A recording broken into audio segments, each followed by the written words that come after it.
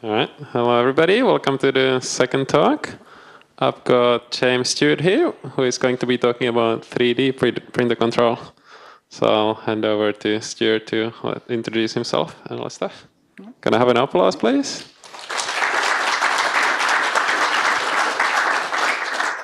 Hi everyone, welcome. Welcome to PyCon AU, the Internet of Things track. It's been really good so far. Thanks to the previous speakers. Before we start, little plug. I'm from the Central Coast of New South Wales. I'm involved in a makerspace there called SparkCC. We really like the ESP8266 and MicroPython. We like all kinds of making. So if you like making stuff, you're from the coast or you know someone who is, check us out, sparkcc.org. So a quick overview of what I'll be talking about today.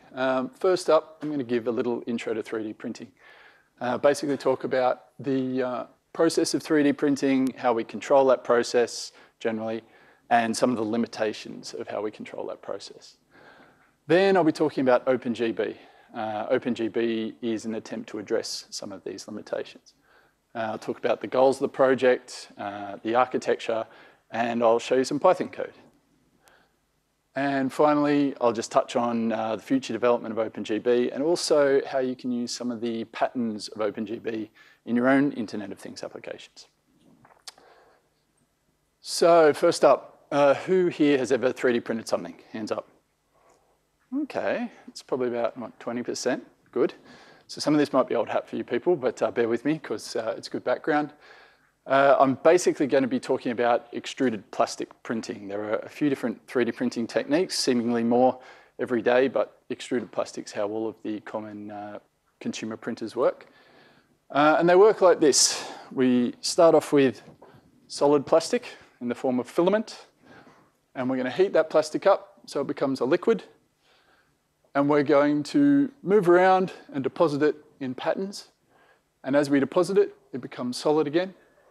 And we do this layer upon layer upon layer until we end up with a new object. So I'll pass these around so people can have a look. Blue on that side maybe, yellow on that side. And this is what that looks like in real life. There we go. This is in my shed. The lens flare makes it look like my shed is located on a cloud in heaven. It's not.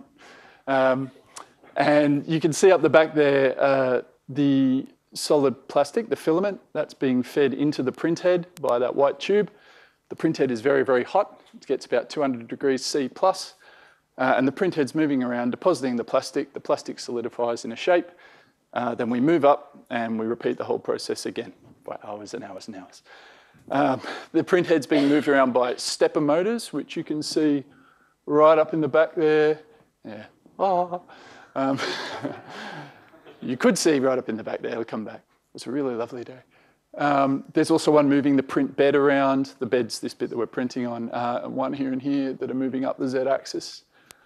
And ultimately, we're going to end up with a nice new object, like the one on the end of this.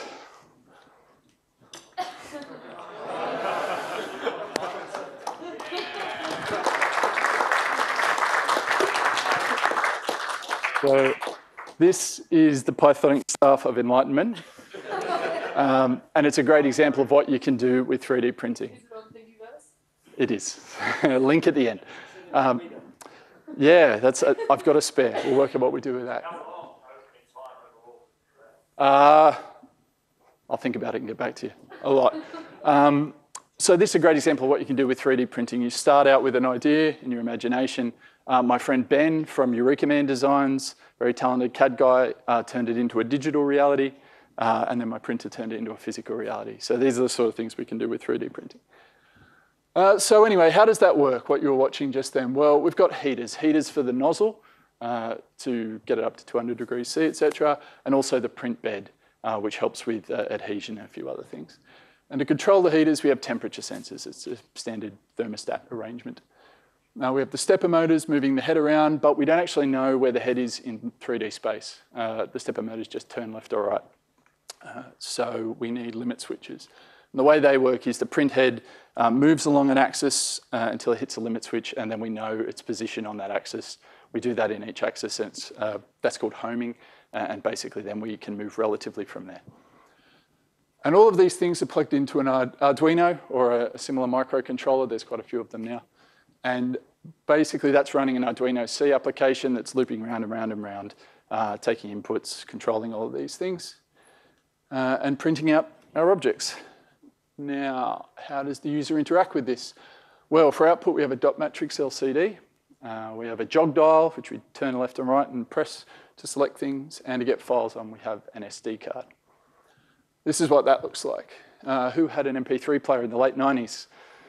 Feeling nostalgic? Yeah, it's kind of like this. It's functional. It's obviously got a lot of limitations. When you try to set 70 degrees and you go 69, 71, 69, 71, you can't quite get on, for example. It works, but that's about it. The SD card contains G-code files. Now, G-code is the file format that tells the printhead how to move. Did anyone use Logo, maybe in the younger days, moving the turtle around? It's not dissimilar to that. Basically, didn't know it was going to be this high.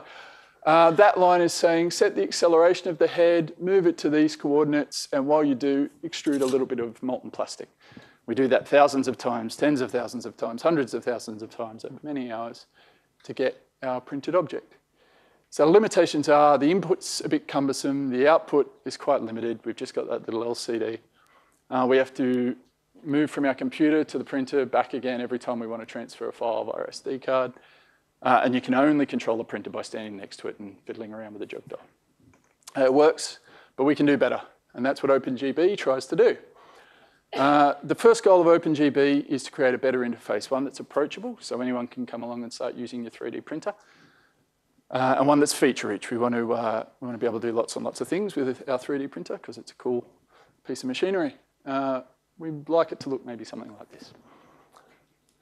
Maybe, just off the top of my head. We want to get our printer on the network is the second big goal. G-code uploads from our computer rather than having to take an SD card back and forth. We want to be able to control our printer remotely so we can initiate prints or other things. And we also similarly want to monitor the printer remotely. This one's very important when you're sitting on the sofa drinking beer and watching TV and you want to check how your print's doing. So yeah, obviously a very important goal there. And finally, the code base itself, fully open source, obviously. We want it to be API driven. So we want to be saying, here's an API to our printer, and then building on that. That's our sort of first goal. That API has to be really well documented because we want lots of people to be able to use our printer in interesting ways.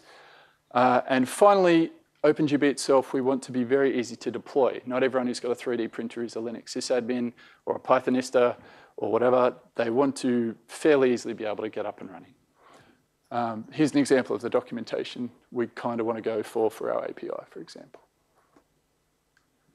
So how do we achieve this? Well, getting back to our printer control slide, we had the dot matrix, the jog dial, the SD card. We also have a serial interface on most microcontrollers. And we can basically send those G-code commands that I showed you straight down the serial interface. So we don't need any of this anymore. We replace it with a single board computer, ostensibly a Raspberry Pi. It could be any computer running Linux or Python, but the Raspberry Pi is ubiquitous, it's cheap, it's low power, it's, what did I miss? Small. It's very powerful now with 4 cores, and it's even got Wi-Fi on board. So it kind of does everything we need it to do. And once we have a computer, we can run a Python application. So this isn't the best diagram in the world, but there's our printer hardware, there's our microcontroller, and the big thing in the middle is the Raspberry Pi. And up here is our Python application, which I'll just refer to as OpenGB. There's the project and then the application. We'll just call it all OpenGB. And within that, we have 2 processes running. This is where it gets a bit more technical. We've got the server process and the printer process. And the job of all of this is to expose the printer to the network. So starting with the printer process, printing in 3D, especially with extruded plastic, is a very critical process. If you get something wrong, you screw up a whole print. If you miss a step or it's laggy, and if you've been printing for 19 hours and then this happens, it's a very, very sad state of affairs. Much swearing, etc. So therefore, we keep the printing in its own separate process so it's not interrupted. It's obviously going to be managing the serial connection to the microcontroller. And what we're going to do is we're going to expose the printer as an interface. So all of that G code and the implementation detail goes away. We just have an interface to our printer, so it's the G code abstraction. And when we do that, we can then obviously support lots of printers with all their idiosyncrasies in a standard way. So some code. Yeah, hopefully you can read that okay. It's a little grey. The way the printer is implemented is as an abstract base class. That subclass is multiprocessing.process. Who's done some multiprocessing coding before? A few people, okay. And used abstract base classes? Hands up. Okay. So the concept of an abstract base class is basically that it's a type of thing, but it's not a thing itself. So this is saying, if you, but with that decorator there, the abstract method, if you are going to create a printer, it has to support setTemp to set the target temperature of the bed or the nozzles. And that's basically the definition of that method. And then what we do is we take that and implement it here for Marlin. Marlin is one of the more common of the 3D printer firmwares that we run. And we say, okay, for a Marlin printer, when you say set temp, if it's the bed temperature, I know to send an M140 G-code command. If I'm setting the nozzle temperature, I know I have to choose the nozzle with a T0, T1, and then set the temperature with an M104. So these are implementation details that most of you probably wouldn't care about if you were trying to get your printer to do things. So you can use this interface and say, yeah, I don't care, set the temperature. Another really nice feature of this is you can create dummy hardware to stub out your hardware. This is really good if you want to hack on your project on the train and not take a 3D printer with you. There's no power plugs. So you can do something like this where you say, okay, if you call set temp, I'm just going to spit out a log message saying that I set the temperature. Front-end developers like this too because they can start hacking against your API without the hardware. Now, to get messages into the printer process, fairly standard, we use a multiprocessing queue, and that's just a queue of messages that come in. They look like this. They look like that for reasons that will become apparent soon. But basically, we say, I want to call the setTemp method, and I want to give it these parameters. Yeah, pretty self-evident. And then we say, yep, try and call the method with those parameters, and if not, raise an exception. Now, we don't actually respond to, I guess, to effectively remote procedure calls. We don't send responses. Everything that comes out of the printer, we treat as events. So, for example, the way that looks is with printer callbacks, the printer callbacks class, which is defined up here. And it's just a class, a standard vanilla class. And each method defines an event that might come out of the printer. For example, a temperature update, which shows us the current and the target temperature for the bed and the nozzles. And then what we do in OpenGB is we define what are called queued printer callbacks. I actually borrowed this idea from Cura, which is a really good open source piece of slicing software. So thanks for that, Cura developers. And basically, it's got a multi-processing queue, same as the one that's coming in. And it's just going to say, right, every time I get called to do a temperature update, publish a message on the queue that looks very similar to the ones that were coming in. When we create this, there we go, that's us creating a multi-processing queue object.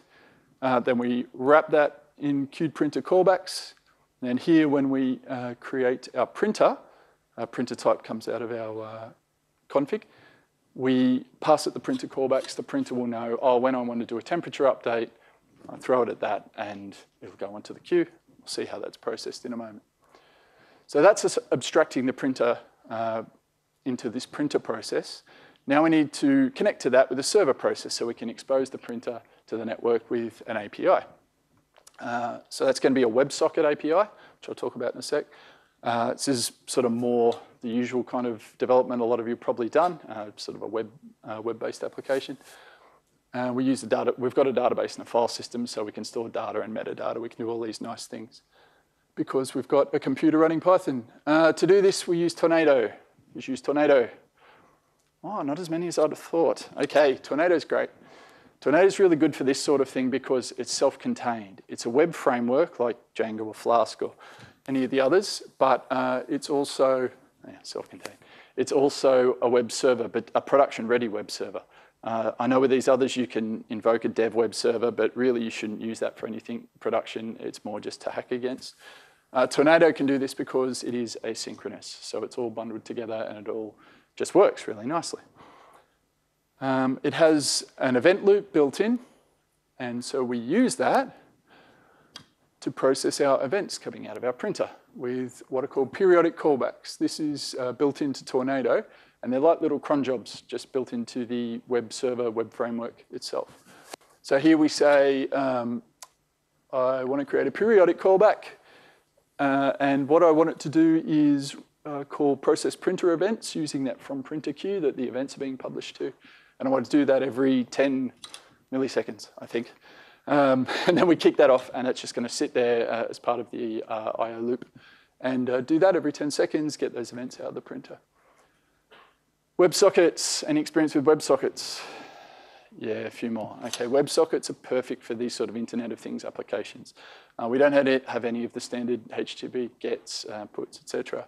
A client just connects to this WebSocket endpoint, and basically this is all built into Tornado. So Tornado has a WebSocket handler, and again, really, really simple. We just say, when we get a new connection, we have an open method, do something. In this case, we just append the client to a list of clients. When a client closes the connection, we do the reverse. And when we get a message from the client, we deal with it. And that's pretty much it. No more polling, stuffing around. You just have a connection, and you send messages back and forth. Just answer my own question, I was going to say, but what format did the messages take? Can anyone guess? I almost rolled my own. I knew that wasn't the right thing to do, and I didn't want to use XML RPC. After a bit of hunting around, JSON RPC 2.0. It's about a page of spec. There's not much to it, but it's a spec, as opposed to doing your own thing, which always feels unPythonic. There's usually a better way, right? This is what a request looks like. Basically, you get some JSON, and it has the version, usually 2.0, the ID of the message, so we can track the results, the method we're going to call, and the parameters we're calling it with. And now you can see where the method and the parameters that I use in the inter-process communication comes from. So it's very easy to map one to the other by doing it this way. A response, again, very simple. We're using JSON RPC 2. Well, I'm responding to message 1, and here's my result. In this case, yeah, true, it worked. Now, JSON RPC also defines one other useful thing that is good for this situation, and that is that a request doesn't necessarily have to have an ID. If we don't give it an ID, then we don't expect a response back.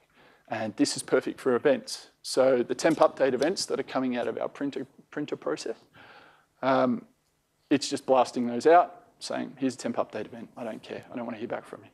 And so that's what we use that part of JSON RPC for. It's very easy to get JSON RPC working with Tornado. There are a few JSON RPC libraries for Python. That one over there, JSON RPC, seemed to be the best one because it supports Python 3, and OpenGB is Python 3 only because we can. And it means I can use enums and a few other nice things without having to stuff around backporting. So the way that looks, building on everything we've done before, is we create a MessageHandler class, which again is just a vanilla Python class. And it defines a bunch of methods that are going to make up our API, our interface, to be called via JSON RPC calls. So you can see here, back to our setTemp method, and it's pretty clear what it's going to do. It's going to get these parameters, bed, nozzle 1 and 2, and it's going to just pop those straight on that queue to the printer, pretty much how they look. I did actually, little aside, I did actually have this set up originally to do JSON RPC with the inter-process communication. Then it dawned on me that I was serializing and deserializing the strings, and it just seemed silly to be using that inside. So yeah, that's why. Otherwise, we could just pass the JSON RPC on. And the way we set that up, back to the the WebSocket handler that I mentioned before, remember I said there's this onMessage method that's called whenever we get a message from the client. We wrap that message handler with all of our methods in a dispatcher. And then when a message comes in from the client, we handle it using that dispatcher.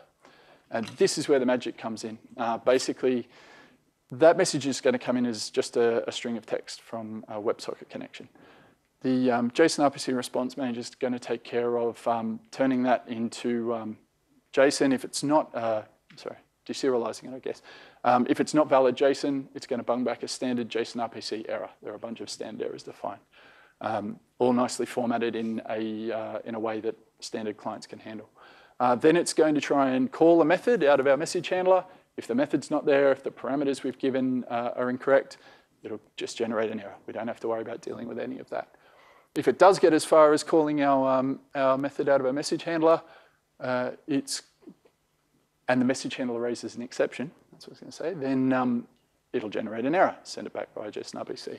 If it's done it properly and the message handler is called and generates a response, it'll wrap that response up, make it look like a JSON RPC response and send it back. So all these things you don't have to deal with. You can get on with building what you want to build. The last nice thing about this, who uses Sphinx compatible doc strings? Thank you, boys. I learned these things at Optiva. Yeah, they're really great. You should probably do them. If you're really on the cutting edge, you can use PEP 484 type hints. Same thing, basically a nice way to show the definition of your method. Automatically, we get our API docs. And I showed you at the start, that was kind of a goal of the project. So whenever you add a new method, you document it properly or use your type hints. You've got a nice Sphinx documentation output that you can point your front-end developer or an app developer at and say, there you go. I'll touch briefly on the ORM. I don't know how I'm doing for time. Oh, not too bad. Good. SQLite. The goal to keep everything encapsulated, not have to run extra services or whatever. We're not doing anything heavy duty here, so SQLite is perfect for the job. It's also built into Python now, of course. And Pee-wee, if you haven't used it, I won't go into the code examples too much, but it's just a really lightweight and intuitive ORM layer to wrap SQLite in. So yeah, and it plays really nice with Tornado as well. So yeah, SQLite and Pee-wee for your ORM is a good choice. So that's OpenGB, that's the Python application, a brief overview anyway. The way we consume that is with a front-end application called OpenGB Web. Now this is a Python conference and I don't have much time left, so we won't go too much into that. Suffice to say, it's written in JavaScript in a framework called Vue.js. Vue.js is a really lightweight, quite intuitive JavaScript framework. I tried a couple and they, yep, from a Python guy to go to some of these things is a bit difficult, but Vue.js is a good one if you're thinking of doing it. The good thing about this is it's completely optional. You don't have to serve up the front end. You can run completely headless just as a WebSocket API. And it's a completely distinct code base. So there's a separate repo with this JavaScript front end. We take a build of it and we pull that into the OpenGB code base so someone can hit it and get a web front end, but it's completely divorced, completely separate. Yeah, which is a really nice distinction, I guess. And also the last thing, I don't know if you know, but the Raspberry Pi has a really nice touchscreen that you can plug into it. So if you do that, like here, that's why it's sort of got a browser plugged into the Raspberry Pi, then you can boot straight into a full screen web browser and you can have exactly the same interface on your Raspberry Pi next to your printer as you do on your computer or on your phone or whatever. So I was going to try and do sort of a live demo and show you logs going in and out, but I don't really have the time. So I'm just going to show you what this looks like in practice. Back to the shed, although not on such a sunny day. So this is the interface that we end up with running on the Raspberry Pi's touchscreen. You can see here I'm using the buttons on the fancy cube there to move the print head around and the bed. Up there I just choose how far we want to move on each step. That's the homing I talked about. So basically you click home, each of the axes homes, home all, homes them all at once. So now the printer knows that it's 0, 0, 0 and it can start printing things. Click. I'll move it up a little bit more. And so you can imagine this is generating those WebSocket calls which are then being translated into messages on the queue which are hitting the printer. coming back and telling us where the position is. Turning the motors on and off for maintenance, for example. Now this is temperature control. We pop up the target temperatures and you'll see, I do it too quickly, but you can see the actual temperature jumps up a bit as I increase it and drops again. Here we're going to extrude a little bit of filament. You can see just, there we go. That's the molten filament. That's what happens if you don't level your bed properly and you come back after a few hours and you've got a big pile of spaghetti on your print bed. Anyone who's done any 3D printing has done that. And so this is where we sort of control the printing itself. You can also access a few of the heating functions from there, bit of JavaScript magic. And then all our G-code files were uploaded, this really nice interface. We can click through, find the one we want. I don't demo it here, but the button up the top there is just a standard upload. Click and it'll let you upload a file. And that staff body null G-code is one of these. We press print. Oops. And we're going to dump all that G-code over to the print process. Oh, get rid of that dodgy filament. Home's the printer, so it knows where it is. And it's going to wait a sec to make sure everything's at the right temperature. And then start printing. There we go. That's OpenGB.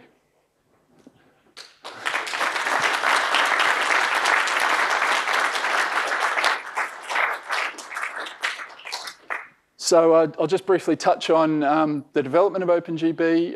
It's a fairly young project. We'd like to add a lot more features, support for some of the printers that aren't supported, and also make it extensible. I'd love to have a plugin system of some sort so people could add bits without having to contribute to the core code base, just for things to be a bit more modular. So if you like 3D printing, you like Python, have a go at OpenGB, and I'd love to hear from you if you want to contribute stuff. It would be great to have more people working on it. And other applications, the Internet of Things track, after all. You probably realize this Tornado WebSocket JSON RPC pattern paradigm is almost, I wouldn't bother going with anything else for this sort of application. It just works so nicely. It gets out of your way. It takes care of so much stuff. It lets you get on with building what you want to build. And it's sort of self-documenting as well. So yeah, that's certainly one thing you might want to consider. The other thing I'd say to take from this is the concept of creating an interface around your hardware. If you're dealing with a hardware class rather than a specific piece of hardware, like I am with printers, try building an interface, try to make it extensible down the track if you want to add support for different hardware with different idiosyncrasies. It's a quite nice way to build. That's it. So, I don't know, do we have time for questions? We've got a few minutes for a couple of questions, so if anybody wants the microphone. if you want to just tell me, I'll repeat the question. Yeah, sure. Okay. Can you put the link to the thing you guys up? That'd be amazing. Go to my blog, Pythonic Stuff, and there's a bit about it in the link. Awesome. Yeah. And with 3D printers, do you prefer PLA or ABS? PLA, because ABS is a bastard to work with. Yeah, especially if you've got a printer like mine that doesn't have an enclosure. Just for the benefit of everyone else, PLA and ABS are two types of plastic you can print with. PLA is based on corn, I think, or something. It's an organic one. ABS is what Lego bricks are made of. PLA is easier to work with. It has lower melting points. It doesn't shrink and warp as it changes temperature the way ABS does. So there's usually no reason not to use it. The only reason I think people use ABS is if you're sticking something made of ABS outside in the really hot sun, PLA, it can melt a bit. Maybe, you know, when you get like the old toy train left in the car and the kid cries, I think that happens with PLA plastic. So yeah, ABS, and you get nicer finishes on ABS too. You can do things like hit it with, what's the stuff in nail polish? Acetone, thank you. You can do like an acetone vapor bath and get a really smooth surface and that. So it's horses for courses, but short answer, I prefer PLA because life's too short. Where do you order the stuffs from? Just order them. I hadn't thought of that. I'll have to. I'll give you 2 coffee vouchers. I'll quickly hack together a web store and post a link to the Twitter feed. Now you can print your own, yeah, or find someone who's got a 3D printer, go talk to your makerspace. It's a fairly simple print, although it doesn't look it. But yeah, check out that link, Gym4net Pythonic stuff for more info. Again, a shout to Ben from Eureka Man Design. I just thought this up and drew a sketch, and he made that happen, and I just pressed print. So this is all him. Beautiful job. Anyone else? Does OpenGB have presets for different types of plastic and such, or do you have to manually adjust all the settings before you print? Yeah. At the moment, you have to manually adjust, and the way that works is you adjust in the front end, and it'll store that locally using the JavaScript magic. It's kind of weird, OpenGB, because you have all these weird places where state lives. Some of it lives in the printer, some of it lives in the server, some of it lives on the client. So at the moment, the best way we found is to store that in the client. So you can say, oh, I want to hit my PLA preset, and I know that's 180 degrees. Potentially down the track, it would be nice to have a whole bunch of presets saying, oh, this is this brand of PLA, that brand of PLA, for example. Yeah. Anyone else? Have we got any more questions? If anyone wants to talk more about it, I'm obviously around here the next few days, and yeah, love to talk 3D printing, other contributors, etc. Yep. So thank you to James. Can I have a big applause?